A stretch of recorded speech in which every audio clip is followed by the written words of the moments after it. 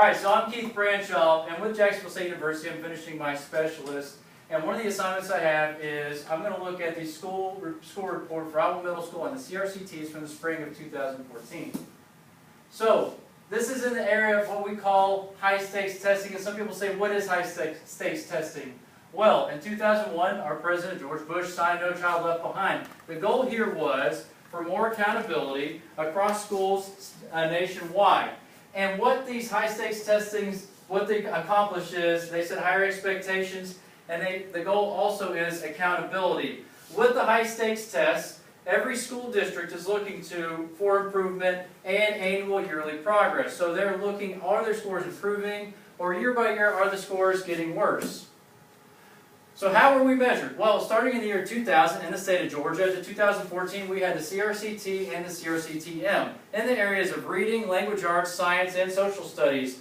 So we compiled a set of questions for each student, and then they were given a grade based on how they performed on correct and incorrect answers. In the year 2015, we have what's now known as the Georgia Milestones. It's almost the same exact thing, except for there is no longer a reading test, and from this point forward is what we'll be using.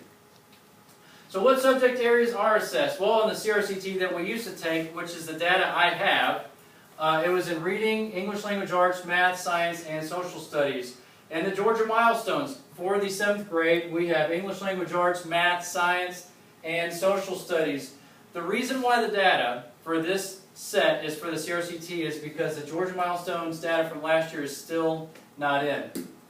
So looking at the results, now these are our students in the 7th grade. So when I look at the results, I have every student I have in every single one of my classes, Otwell Middle School as a whole, Forsyth County, and the state. So when you compare us to the state, say for reading, the entire state had about a 99% pass rate. However, 47%, about a 94% pass rate. Otwell Middle School, we had a 98% pass rate. So the data we can get from this is our pass rate is just a little bit better. And if you look at this golden or copper section right here, that's the students that exceeded. So as a state, in the area of reading, the state had 47%.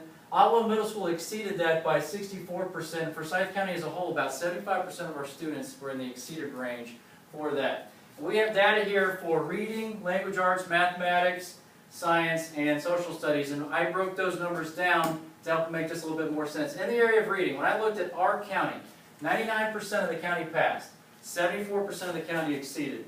At our school, Otwell Middle School, 98% passed, 64% exceeded. And in every one of my individual classes, when I looked at that student data, 84 of my students passed, and 47% of my students exceeded. So somebody starts to question, well, why are our numbers possibly slightly lower than the county?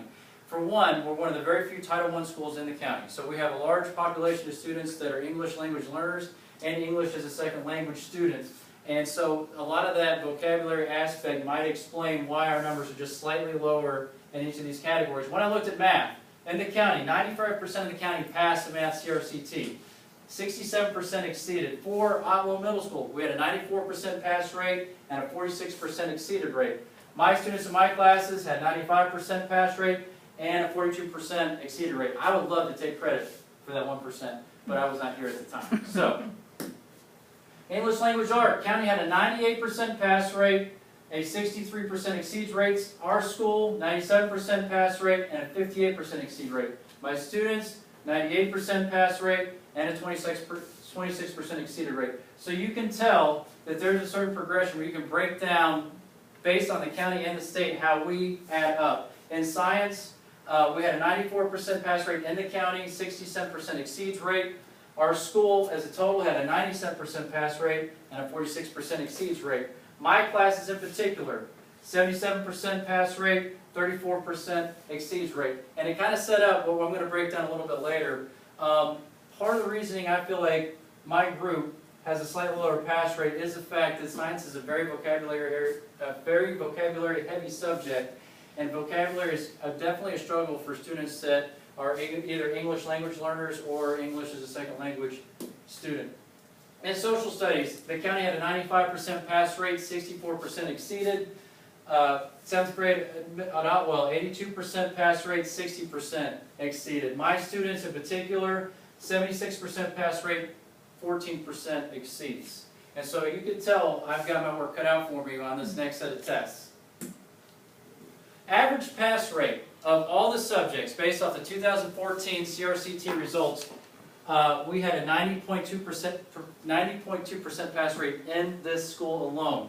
Our strengths, off of everything I looked at, reading, English language arts, math, areas of weakness that I noted, if you can call them that, social studies, and science. Again, 84% is very good when you look at the state as a total.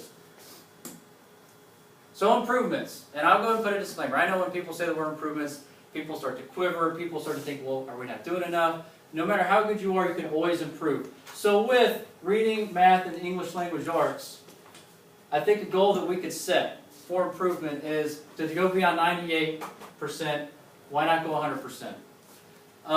Increasing exceeds percentage. So all those percentages where it says exceeds, the only place you can go is up. If almost all the students are passing and meeting them, the only next level for us is the exceeds percentage. So what can we do to try to get there? So one of the things I came up with is we've been working on differentiation. And I think the key to differentiation for these students that need to increase to that exceeds range is going to have to be differentiation where they are challenged a little bit further than the depth of knowledge that's required for the GPS standards as we teach them. And for right here, I had a question mark because I wasn't sure if maybe somebody else had another suggestion of something we could do to improve these already incredible scores.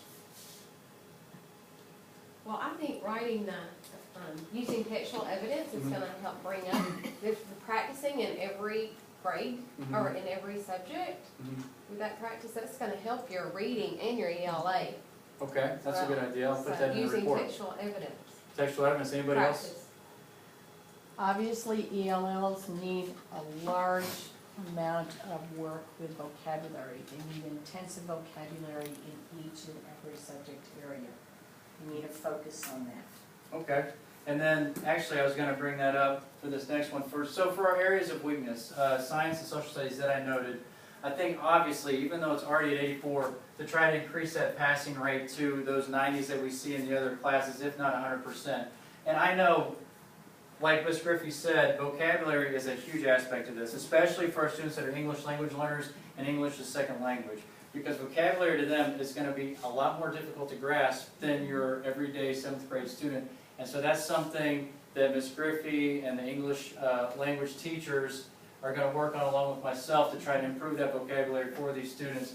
And again, I think one of the other ways that we could help is differentiation to reach those failing students. I think differentiation covers those students that need the higher order thinking and those students that without question need the remediation. And with that, I just had one question, if there's anything else you guys could think of that I could use to try to improve those lower areas that we did have. When you use multi-visual, multimedia formats so that they can see it, hear it, participate, and do actual activities that they can immerse in to learn the topic and the content. So a more kinesthetic approach. Okay, anybody else? One of the things I came up with, I'm going to include in my report, is along the lines of Ms. Griffey in that I think a lot of our students, specifically our ADHD population that I hear a lot of concern about, is assignments or activities that are more hands-on, that they can feel it and it's tangible and they can not just read about it in textbook, which probably doesn't make a ton of sense to them, but actually manipulate it, feel it, put their hands on it, and then hopefully that will get it more into their working memory as opposed to the short-term memory. Well, I'd like to thank you guys for hearing my presentation. It was a brief breakdown of all these scores, and as you guys come up with more ideas or if you think about anything else, feel free to email me. Thank you.